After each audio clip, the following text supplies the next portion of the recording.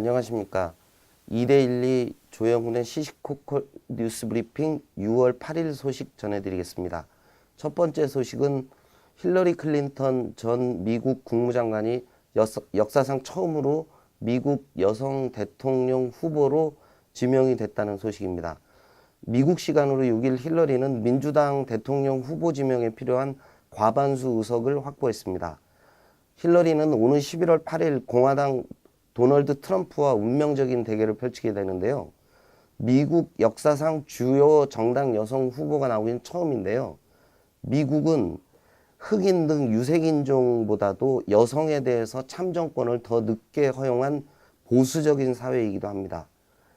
이데일리 안승찬 특파원은 오늘 아침 칼럼을 통해서 미국 소비자들이 쓰는 유가가 갤런당 3달러를 넘으면 트럼프가 이길 거라고 얘기했는데 경제가 나쁠수록 클린턴에게는 불리하다는 전망입니다. 여교사 성폭행 사건입니다. 사건의 전모가 속속 드러나고 있는데요. 피의자 3명 중에서 1명이 9년 전 대전에서 벌어진 성폭행 미제 사건의 피의자인 것으로 나타났습니다.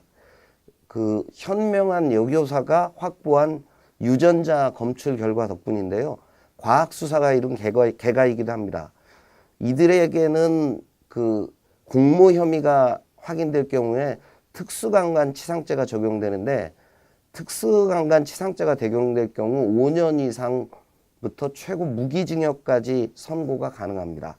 그래서 경찰은 계획범죄에 초점을 맞춘 수사를 지속하고 있습니다. 교육부는 여교사가 혼자 사는 관사에 대해서 CCTV와 안전벨을 설치한다는 뒷북 대책을 발표를 했습니다. 현실을 보면 정말 그 정도로 될까 싶은데요. 도서벽지에 근무하는 교사는 6,000명이고요. 그중에 여교사는 3,000명, 20대 여교사도 수백 명에 달하는 실정입니다. 연평도 어민들이 뿔이 났는데요. 중국 어선들이 불법 조업을 하면서 이 꽃게 어획을 망치고 있는데 중국 선박 2척을 납포를 했습니다. 우리 어민들이. 그중에 중국 선장 2명이 구속이 됐다는 소식인데요. 중국 어선 수백 척이 출몰을 하는데 어민들이 직접 나설 정도면 해경이나 해군은 도대체 뭘 하고 있는지 정말 궁금합니다. 의과대학이 폐지됐다는 소식이 나왔습니다. 전남의 4년대 대학인 한려대학교와 서남대 의대가 2018년 폐교폐과되는 걸로 교육부가 발표를 했는데요. 부실 대학에 대한 구조조정이 계속되고 있습니다. 양 대학은 2013년 1,000억 원대 교비 횡령 사건이 발생했던 대학입니다.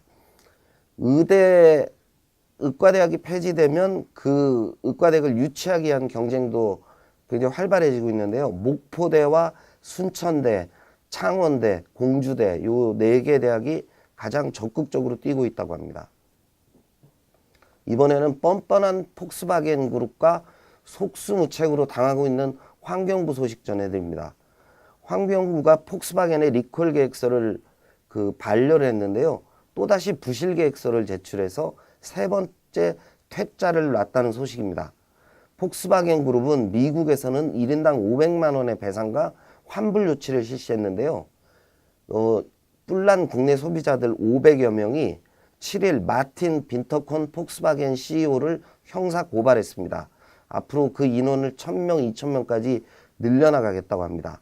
환경부는 더불어서 연비 조작을 한 닛산 캐시카이에 대해서는 판매 금지와 리콜 명령을 내렸고 기쿠치 디케이코 대표에 대해서는 검찰에 고발했습니다. 삼성그룹 소식인데요. 삼성 SDS가 물류부문 분할을 검토하고 있다는 소식입니다. 삼성 SDS는 7일 이사회에서 물류부문 분할을 검토하기로 했다고 발표를 했는데요. 지난해 물류부문 매출은 2조 6천억 원으로 SDS 전체 매출의 33%를 차지합니다. 이미 증권가에서는 지난주부터 이 소문이 돌아서 SDS 주가가 20% 정도 하락을 했는데요. 소액주주들은 주가가 떨어지자 반발하면서 회사를 찾아가 항의를 하기도 했습니다. 이재용 부회장이 삼성그룹 구조조정에 나서서 그 결단 있는 행동을 보인 지 벌써 2년이 지나고 있습니다. 그 상당히 성공적이었다는 평가부터 여러 가지 평가가 엇갈리는데 문제점에 대한 보완은 좀 필요한 것 같습니다. 삼성그룹 구조조정 이후에 상당수의 삼성 계열사 주가가 큰 폭으로 떨어져서 주주들의 불만을 사고 있는데 주가 관리 대책이 나와야 되지 않을까 싶습니다.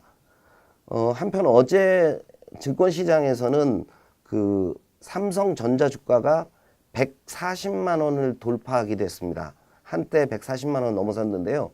2분기 실적 개선 기대감이 확산되면서 기관 외국인들의 적극적인 구애를 받은 결과라고 합니다. 구이동 비정규직 수리공 추모 열기가 이어지고 있는데요. 어제 퇴근길에도 많은 분들이 포스트 잇으로 추모글을 남겼습니다. 서울시는 구의역 비정규직 근로자 사망 대책으로 수리 용역업체 직영 방안을 검토하고 있다고 하고요.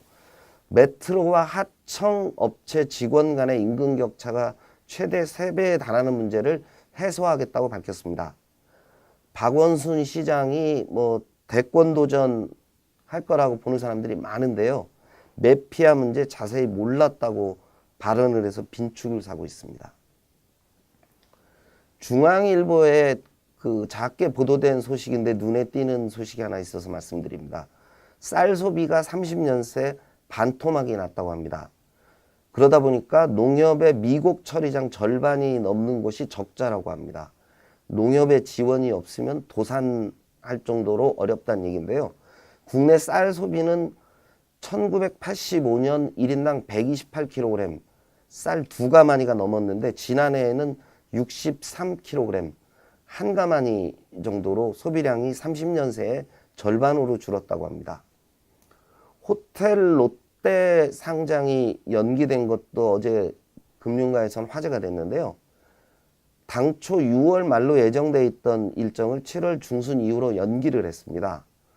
그 단초가 된 것은 신영자 롯데장학재단 이사장이 그 뇌물수수 혐의로 자택에 대한 압수수색을 받은 것이 결정적인 영향을 미쳤다는 건데요.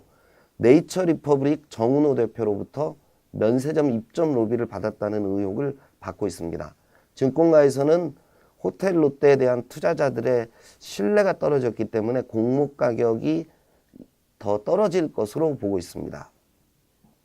어제 제가 전달하면서 빠뜨린 소식이 하나 있는데 유럽에서 그 스위스의 기본소득 실험이 국민투표에 붙여졌는데 그 현명한 스위스 국민들은 그 법안을 거부를 했습니다. 월 300만 원 공짜 소득을 주겠다는 건데요. 그 250조 원이 드는 그런 어쩌면 재정 부담이 큰 정책이었는데 성숙한 시민의식이 무엇인지 보여준 사례라고 하겠습니다. 이데일리 지면이 보도한 내용 하나 말씀드리겠습니다. 저희가 이데일리가 수리온의 전방 유리가 금가고 기체 골격이 금이 가는 문제를 그 전에 특종 보도를 했었는데요. 이번에는 HMD라고 헬멧 마운티드 디스플레이가 심하게 떨리는 현상이 나타났다고 합니다. 방사청과 카이에서는 비행 중에는 발생하지 않고 필터로 이상 전류를 막아 보완하겠다고 밝혔다고 합니다. 수리온이 한국형 공격 헬기로서 아파치와 함께 대북 억지력을 담당하는 핵심 전력 자원인데요. 그 수리온의 문제점들 하나하나 보완해서 국가 안보에 아무 지장이 없도록 그렇게 했으면 싶습니다. 이상으로 시시콜콜 뉴스 브리핑을 모두 마치겠습니다. 감사합니다.